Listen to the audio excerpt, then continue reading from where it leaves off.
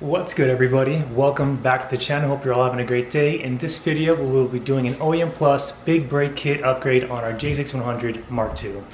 Now, there is plenty of OEM Plus and big brake kit options out there that are so widely available, such as the LS400 brake upgrade, S300, Mark IV Toyota Supra, Endless, Celica, and the Toyota GR series.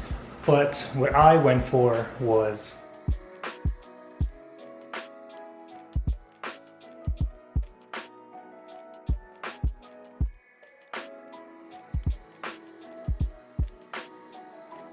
we're all about style and performance on this channel, so you already know I had to cop the Mark IV Toyota Supra big brake kit.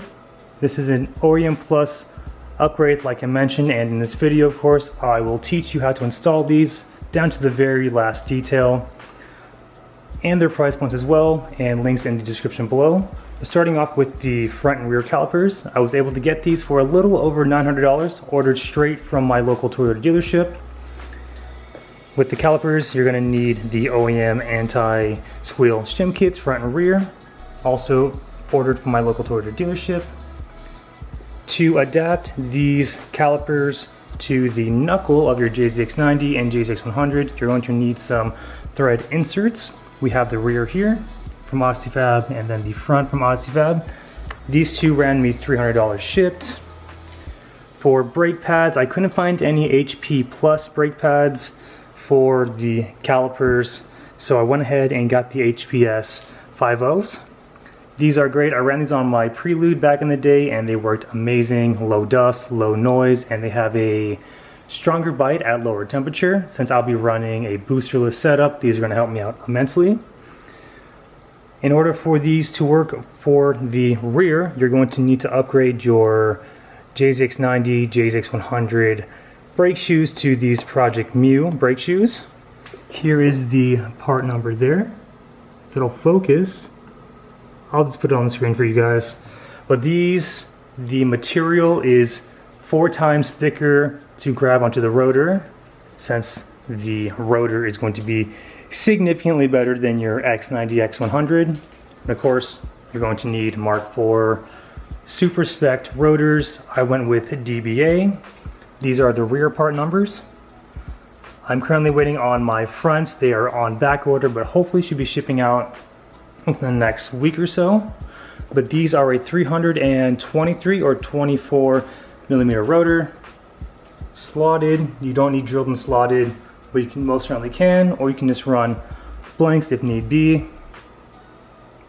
And then these together ran me a little less than $400 on eBay, and for whatever reason these don't fit, eBay offers a free return. Breathe easy. And then here's the part numbers for the rear calipers.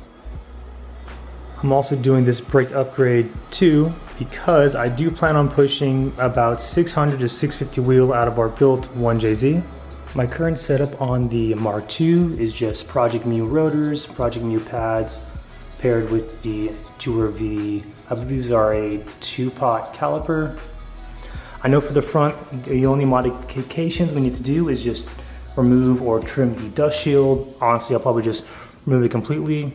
And also too, on a side note, you will need to upgrade your brake lines. I'm already running Project Mu stainless steel braided lines.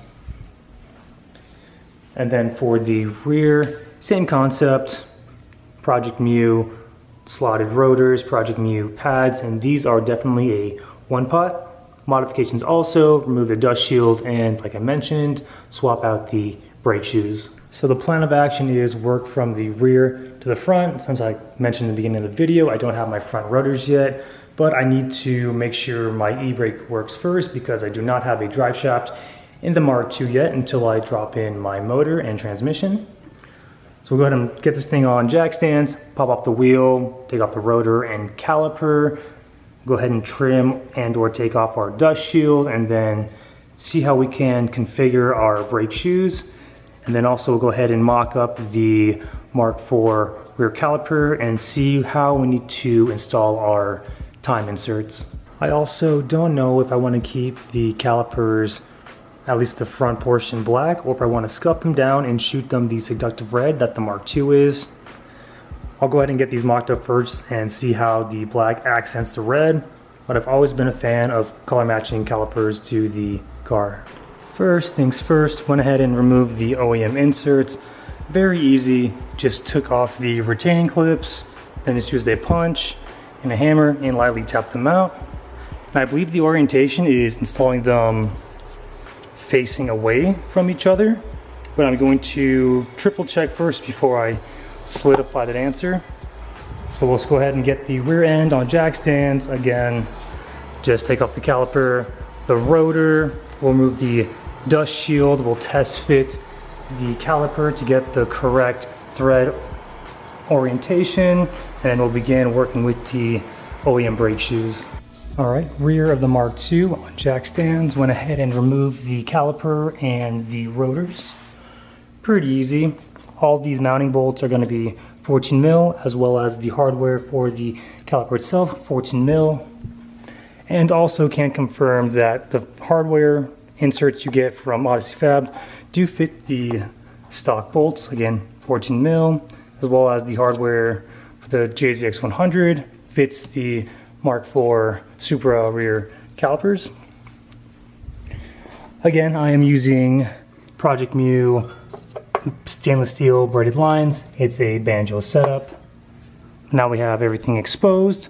So first going to go ahead and mock up the caliper and see how much of the dust shield we need to trim. I would like to take this off completely, but that just requires taking off the whole knuckle assembly, and I want to keep this as simple as possible. But once we have the mounting direction of the insert solidified, we'll go ahead and again trim the dust shield as needed and then work on our brake shoes. And then we can compare the difference between the JZX100 to the Mark IV Supra. Alright, so about 95% sure this is the proper orientation for the thread inserts. Essentially they're just pointing away from each other as lined up on the knuckle here. But as to lining up the caliper on the knuckle, it looks like it does obstruct X amount on the upper and lower ears of the dust shield. So let's go ahead and lob off like X amount, and then on the bottom we'll just go ahead and lob off X amount, and then we'll go ahead and test fit our rotor with the caliper because I want to see how this accents the red essentially. I mean, honestly that looks nice, but still contemplating if I should color match or not. So yes, let's go ahead and lob off parts of the ear and then get everything nice and test fitted. Supra rear calipers have been officially mocked up, fit exactly how it should. Just remember to get these inserts pressed in as evenly as possible. Again, skinny side up and then skinny side down. In terms of the dust shield for the rear, I just went ahead and removed it completely, just dremeled out the perimeter essentially, filed the edges down and then hammered it from the inside. And now nothing obstructs and we have plenty of room for our bigger rotor. So now at this moment in time, I'm going to go ahead and take on the e-brake. I'm going to take a lot of pictures and videos to make sure I get this job done as efficiently as possible. I know we got 2 springs here, some more twist springs on the left and right side, and then the adjuster on the bottom there. But I'll be sure to take detailed pictures and explain the process. All right, got the OEM e-brake shoes off. Honestly, taking them off really wasn't that difficult. Took plenty of pictures and videos. Here we go, and then comparing the two side by side. So you can see there's much more material on the JZA80 shoe opposed to the X90, X100 shoe. But essentially, the best way I can describe it is, you got these 2 springs here that go to this bottom bolt there, and then they overlap each other and they're going to mount on this upper bolt here, which is going to be your star point. So first go ahead and take off one side, and this will go ahead and droop down ever so slightly. Your next objective will be to take off this spring here. It's going to be located here. Essentially what you want to do with this guy here is just push down and twist until that center groove matches this groove here, and it's very easy. And then this part is going to be in the back of everything, which locks, actually sorry, that locks on to this hole here like so. And then you can just slide this out. This you can easily finagle. And then once that's off, your left shoe should come out, and then you're going to do the same thing on the opposing side, except for this side just has a little bit more twists and turns. So once that is off, you'll go ahead and get the e-brake cable connected to the back of your right shoe, and essentially that's just going to have this horseshoe type pin, which you can just prop with a flathead or some pliers. And once that is off, this bottom washer will fall out, and this is going to be on the bottom, so on the flat portion here. And then this spring on the bottom is going to connect just back here. These 2 points. So honestly, very straightforward. Let's see how well I can put it back together, but I know if you break this little pin here, you can use a 3/8 snap ring. All right, let's do it this way. So first, go ahead and grab the right hand shoe, the one with the little nipple on it, and then go ahead and slide that washer on the bottom, and then just insert it into the e-brake cable like so. And then next, with that exposed as such, go ahead and use that 3/8 snap ring I told you and lock it into place. All right, next go ahead and fit that bottom washer there. Go ahead and lock it into place on this middle hole there. Go ahead and attach the spring and then that kind of puzzle piece washer there. Press it down with a good amount of force and twist it until it locks in place. And then also go ahead and put in that bottom spring onto the bottom section of your shoe. I chose to do the inner. I'm not too sure if inner or outer matters. All right, next go ahead and get that bottom spring in. Just do your absolute best. I use this kind of hook pick for my advantage. And then once you have that in, go ahead and put in your e-brake adjuster, which is very easy. Next, go ahead and install that plate on the right hand side with the spring on the left, and then go ahead and enclose them. When you're done with that, go ahead and put on the left hand side spring to the back and then the right hand side spring in the front. And honestly, that's pretty much it. I'm gonna go ahead and slap the rotor on, activate the e-brake, and hope I did this correctly. All right, e-brake on. Love how the rotor fills the wheel arch. Wish it was a little bit bigger, honestly, but all right, that feels good. Not going anywhere.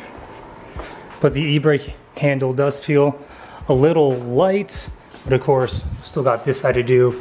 Once everything is all said and done, we will go ahead and adjust our e-brake accordingly. Well, make sure this stuff works. And hopefully that explanation and demonstration I did helped you all out immensely. Honestly, it is pretty straightforward. Just really take your time and take pictures and videos. All right, caliper halfly installed. Everything is looking good. The black does really accent the red quite nicely.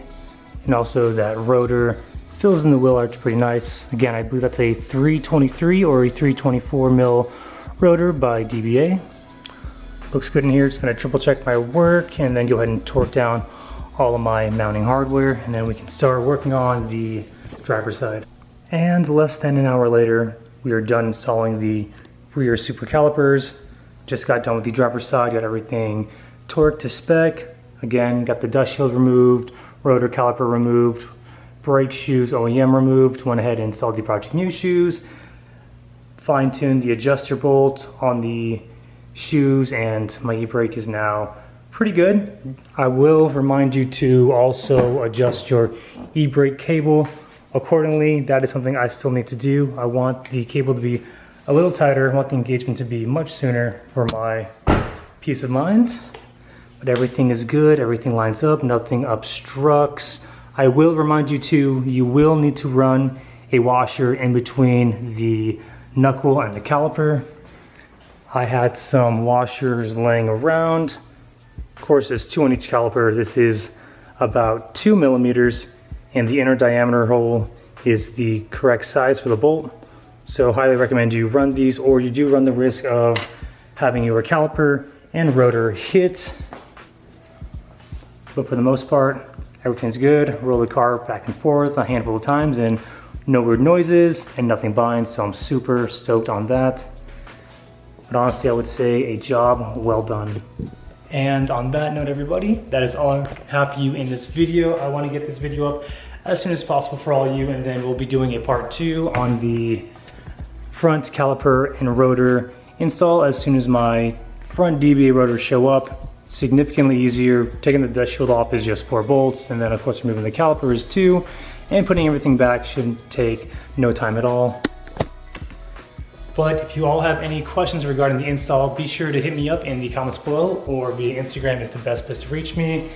Again, super straightforward install. Again, just take your time, take videos on the brake shoe orientation, or just track back to this video.